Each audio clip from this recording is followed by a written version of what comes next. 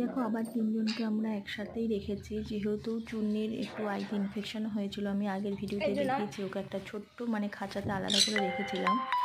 এখন চোখটা অনেকটাই ভালো হয়ে গেছে, তাই তিনজনে মিলে আবার একসাথে হয়েছে।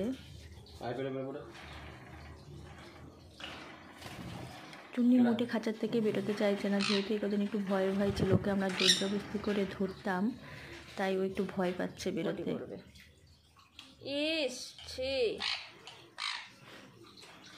এই ফাঁকে চিনির কাজ করে নিল। এটা হচ্ছে চিনি।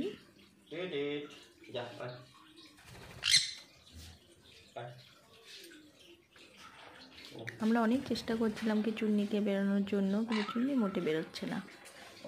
আর চিনু তো বিন্দাস, চিনু একবার আমার হাজব্যান্ডের কাঁধে উড়ে উড়ে আসছে, একবার আমার কাঁধে উড়ে উড়ে আসছে। এই দেখো চুন্নি এখন একটু আগের থেকে অনেকই ভালো আছে, একটু না অনেকটাই ভালো আছে।